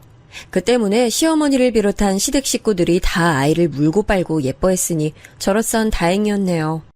그렇게 지지고 볶으며 지내던 어느 날 친정 엄마로부터 슬픈 소식을 전해 들었어요. 사업은 엄청난 거래처를 만나서 또 한 번 번창하게 됐는데 반대로 아빠께선 안 좋은 얘기가 있는 모양이었죠. 네 아빠가 건강이 많이 안 좋대. 그 집안 남자들이 희한하게 몸 아픈 구석은 한 군데씩 꼭 있잖아. 네 아빠도 피해가지 못한 건지 최근 들어 두통이 하도 심하다고 말해서 병원 가봤더니 뇌 쪽에 이상이 있다더라. 아빠가요? 얼마나 안 좋은데? 많이 심각하대요? 많이 안 좋은데 문제는 그게 수술이 어렵나 봐. 약물치료요법으로 지켜보는 수밖에 없다고 하더구나. 그리고 이게 하루아침에 상태가 좋아졌다가 나빠졌다가를 반복해서 마음의 각오를 미리 좀 다져놔야 좋을 것 같아. 이제 저도 아이 낳고 키우며 결혼 생활에 적응했고 엄마의 사업이 대성공을 거둬 자리를 잡은 참이었는데 이런 소식은 정말 맥 빠지더라고요.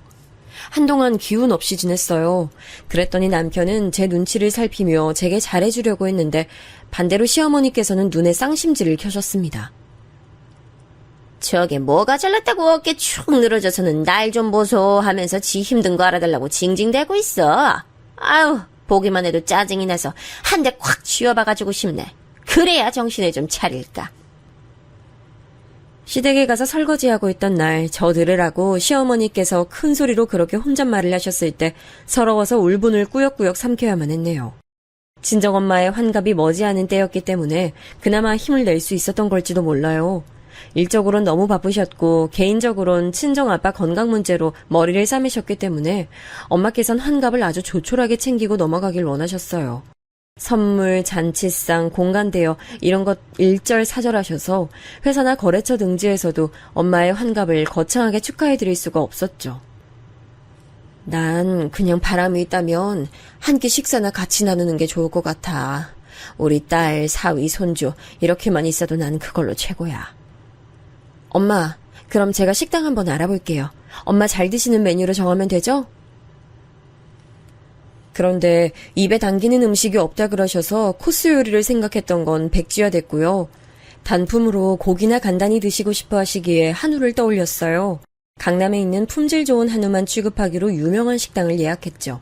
그런데 워낙 유명하고 인기 좋은 곳이라 그런지 따로 룸 예약하는 건 자리가 다 차버려 홀에서 가장 여유로운 사이드 자리를 대신 받았습니다. 저 어머님, 다음 주가 저희 엄마 환갑되는 때예요. 그래? 그러셔? 환갑이라고 뭐 잔치라도 여신다고 하시디? 아, 그런 건 원래 자식들이 열어주는 거지? 네가 뭐 기획이라도 했어? 딱히 그런 건 아니고요. 식사나 한 끼 같이 할까 해요. 혹시 어머님도 생각 있으세요? 나보고 그 식사 자리에 낄 생각이 있냐고 묻는 거야, 설마? 아유, 안 됐지만 내가 다음 주엔 선약이 쫙 있어서 안 될 것 같다. 대단한 환갑 미리 축하드린다고 내 인사말이나 네가 전해, 오케이? 바쁘신가 보네요. 네, 알겠습니다. 근데 혹시 잠깐 시간 되시면 저희 엄마한테 안부전화 한 통 정도 넣어주시면 제가 정말 감사할 것 같아요. 정중하게 말씀드렸지만 시어머니께선 들으시는 척도 안 하면서 고개를 휙 돌리시더군요. 차라리 벽에다 대고 말하는 게 나을 것 같아 저도 그냥 돌아섰습니다. 환갑기념 식사 당일 하필이면 저희 아이가 아침 새벽부터 속이 안 좋다고 몇 번 토를 냈어요. 전날 밤에 아이스크림하고 빵을 급하게 먹더니 그게 탈이 난 모양이었죠. 그러길래 왜 애한테 야식으로 그런 걸 먹여서 이 사달을 내는 거야. 오늘 엄마 환갑이라 식당 가야 되는데 이게 뭐야 진짜. 내가 이렇게 될 줄 알고 먹였겠어? 애가 너무 먹고 싶어 죽겠다는데 그러면 어떻게 계속 그걸 막으라는 소리야?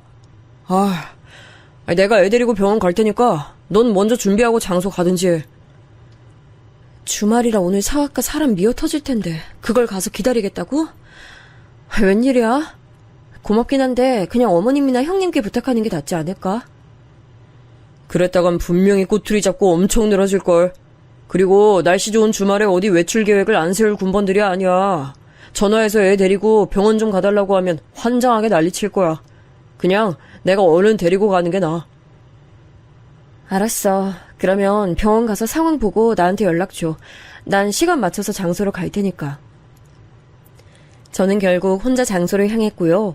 저와 친정엄마 둘뿐이었지만 마주보고 앉아 이런저런 대화를 나누는 것도 나쁘지 않더라고요. 걱정거리가 많아서 그러신지 얼굴이 조금 거칠어진 엄마를 보니 속이 상하기도 했습니다. 엄마, 좀 내려놓고 살아요. 근심이든 걱정이든 부담이든 내려놓고 사셔야죠. 얼굴이 이게 또 뭐야? 누가 보면 환갑 아니라 칠순인 줄 알겠어. 내가 그 정도로 나이 들어 보여? 하기사 요즘 가까이서 얼굴 보면 주름이며 눈가 거뭇거뭇한 거 하며 나 스스로도 못 봐줄 때가 많더라. 아니야. 나 그냥 좀 농담한 거야. 엄마 얼마나 심각하게 많은 걸 떠안고 사시면 내가 한 농담에도 힘 실어서 해석하는 거야. 안 되겠다. 우리 빨리 고기 주문해서 먹어요.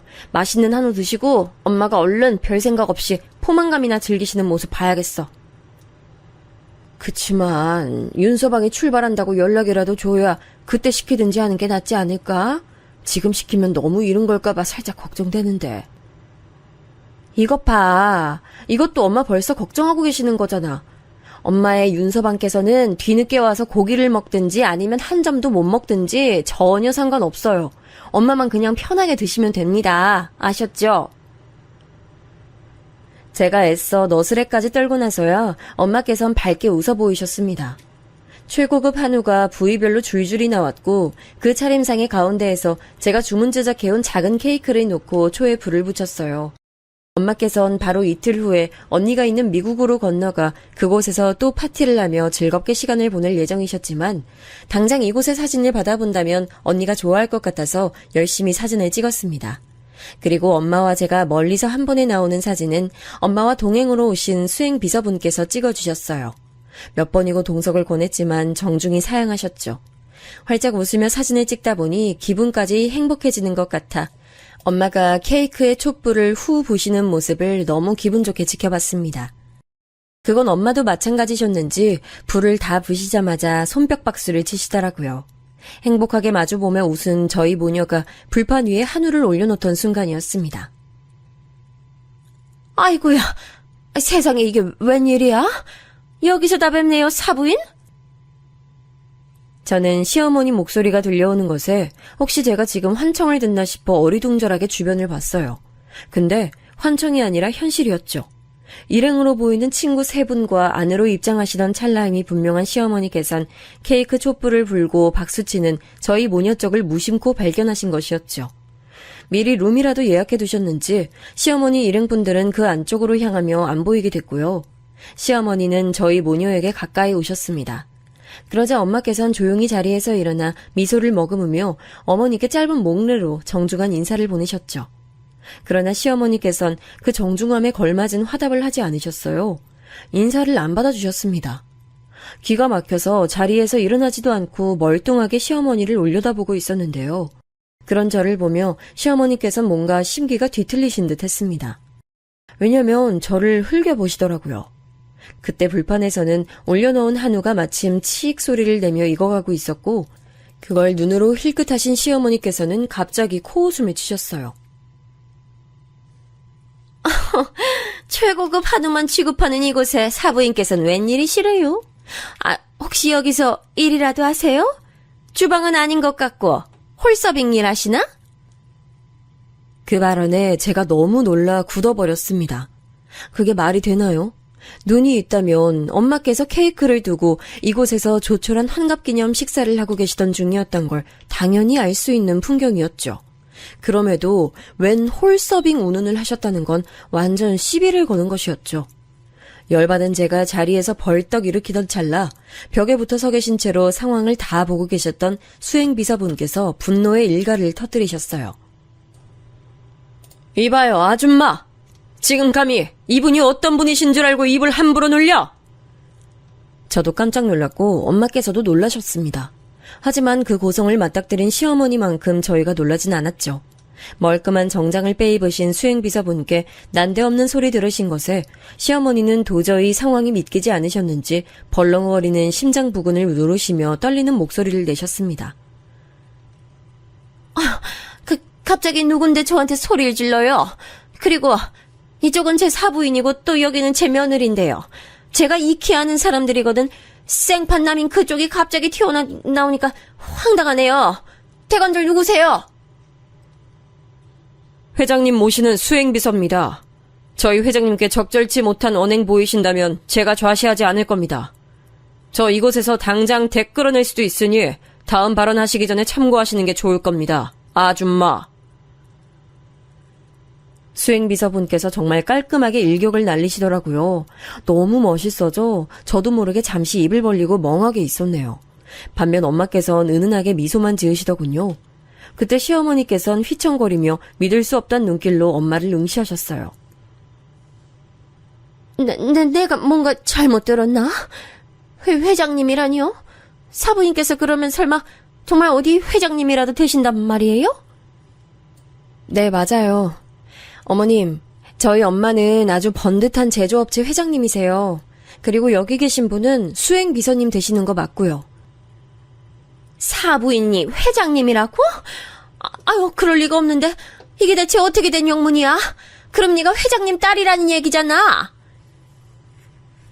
현실을 부정하고 싶으신 건지 시어머니께선 자꾸만 고개를 흔들며 말씀하셨는데요. 그 모습을 물끄러미 바라보시던 엄마께서는 가라앉은 목소리로 이런 말씀을 건네셨습니다. 제가 회장직 달고 있는 사람이니 저희 딸은 그렇다면 당연히 회장 딸이 되겠죠.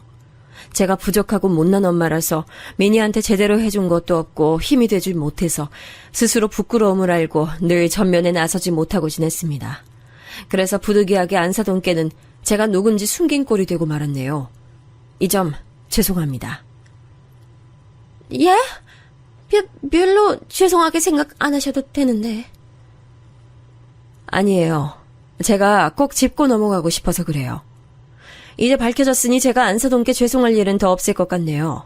그리고 안사돈 역시도 저에게 죄송하실 일 만들지 않으셨으면 하는 바람이 있습니다. 이 점 그렇게 해주실 수 있겠다고 동의하시겠습니까? 조용하고 부드럽지만 단호한 친정엄마의 전매 특허 카리스마가 발휘된 순간이었죠. 시어머니께선 이제 완전히 혼이 빠지신 몰골이 되어 멍하게 고개만 위아래로 흔드시는 게 다였습니다. 그러자 엄마께서는 눈을 가늘게 뜨시며 못마땅하다는 듯 그 모습을 보셨죠. 확실히 동의하신 것인지 제가 확인하기 어려운데요. 직접 소리내어 말씀해 주시면 좋겠네요. 그렇게 해주실 수 있죠, 안사돈? 예? 예, 물론이죠. 앞으로 죄송할 일은 제가 만드는 법이 없을 겁니다. 믿겠습니다. 제가 염두에 둔 그 죄송할 일이라는 게 제 딸 미니를 말하는 것임을 안사돈이 모른 척 하실 만큼 우매하다고 여기진 않아요. 앞으로 좋은 사돈지간 그리고 좋은 고부관계에 이어지길 기대할게요. 그럼 이만 자리 비켜주시겠어요? 딸과 오붓한 시간 더는 방해받고 싶지 않네요. 엄마는 고요한 음성으로 말씀하셨고 시어머니께서는 어느덧 얼굴이 잘 익은 홍시처럼 되신 채로 급하게 고개를 꾸벅 하시더니 돌아섰어요. 그런데 그때 보니까 시어머니 일행 되시는 분들이 룸에 안 계시고 다들 홀에 나와서 여길 구경하고 계셨더라고요. 아마 대화를 다 들으셨을 테지요. 돌아서시고 그 일행분 발견하신 어머니께서는 눈에 띄게 흠칫하시더니 이내 그분들에게 짧게 뭐라고 말씀을 전하시곤 황급히 출입구 쪽으로 사라지시더라고요. 상황이 지금 감당이 안 될 것 같으니 도망을 택하신 것이었죠. 저는 잘 익은 최고급 한우 고기를 친정엄마와 구워 먹으며 도란도란 대화를 나누는데요. 지금까지 제가 굳이 밝히지 않았던 시어머니와의 각종 이야기들을 그 자리에서 엄마께 많이 털어놨습니다. 미니야, 앞으로는 절대 당하지도 참지도 마. 엄마야말로 인내의 달인 아니에요? 그러신 분이 왜 나한테 참지 말라 해? 참는 게 능사는 아니지만 그래도 많은 갈등 상황을 넘길 수 있게 해줘서 난 적절히 참으면서 지내려고 해요. 그렇다고 해서 절대 내가 당하고 사는 건 아니니까 너무 걱정 마시고. 그건 남한테나 적용하는 얘기지. 내 새끼가 꾹 참고 산다고 생각하면 내가 분하고 가슴이 찢어질 것 같아 그래. 그러니까 앞으로는 절대 참으면서 살지 않기야. 내가 환갑 선물로 그걸 약속해주면 너무 좋을 것 같아. 그렇게까지 말씀하시면 알겠어요. 앞으로는 참으면서 살지 않겠다고 약속드릴게요. 뭉클하면서 울컥하더라고요. 무조건적인 제 편이 있다는 사실을 확인해서 그랬나 봐요. 그리고 저는 엄마와 제가 영원한 모녀지간이라는 사실이 불변하듯 피로 이어지지 않았다는 사실 역시 자명했기에 뭔가 특별한 유대감이라는 게 있는 것 같다 생각을 했습니다. 다른 모녀 관계에선 느낄 수 없는 무언가 저희 두 사람 사이에 있다고 생각했어요. 한창 이야기꽃을 피워가며 고기 먹고 있을 때 남편이 도착했습니다. 아이는 잘 듣는 병원 처방약 먹고 집에서 쿨쿨 잠에 든 참이라고 했죠. 엄마께선 대뜸 그 자리에서 당신의 위신을 드러내셨죠. 고기를 한 점 집어먹던 남편은 그대로 일시정지했습니다. 뭐라고요? 장모님께서 회장님이시라고요? 작은 사업이 그냥 잘 되는 줄로만 여기고 있었는데 그런 수준이 아니라 규모가 큰 사업장이었고 무려 회장님이시라고요? 아니 어떻게 이런 엄청난 일이... 그렇게 됐으니까 윤서방이 앞으로 난 더욱 우리 딸 민희 옆에서 잘 지켜주고 다독여주고 위해줄 거라고 믿어도 될까? 당연하죠, 장모님. 우선 제 절부터 받으십시오. 그간 제가 몰라 뵙고 저지른 무례가 있다면 너그럽게 용서해 주세요. 남편은 허둥지둥하면서 자리에서 일어났고 제가 말릴 새도 없이 바닥에 엎어져서 엄마께 절을 올렸어요. 아주 순식간에 일어난 일이었네요. 처음 보는 그 면모가 황당하긴 했지만 싫은 느낌은 아니었습니다. 그 이후로 아빠께서는 다행히도 더 악화되진 않으셨고요. 엄마께서는 차질 없이 미국에 다녀오셨습니다. 원래는 일주일 잡고 가신 것이었는데 뭐가 그리 재밌고 좋으셨던 건지 열흘 채우고 돌아오셨죠. 저는 전에 없이 아이 돌보기에 솔선수범하는 남편을 보게 돼서 한동안 어리둥절했고요. 전과는 180도 달라진 시어머니의 모습이 너무 낯설어 제가 잠깐 피해 다니기도 했습니다.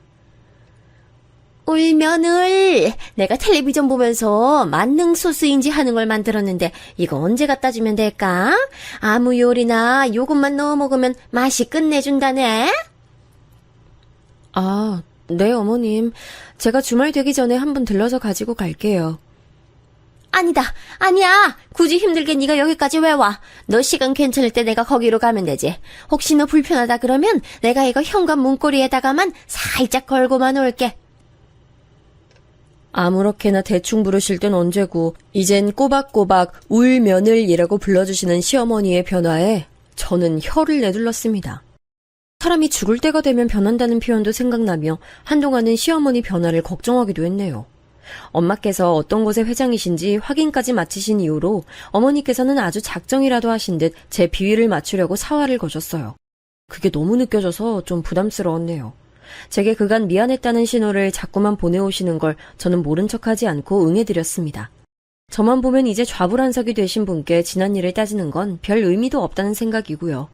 엄마, 시어머니 양쪽 다 어쩌면 저는 독특한 관계를 맺고 있는 걸지도 모르겠네요. 현재는 무탈하다 못해 평화로운 일상을 보내고 있습니다.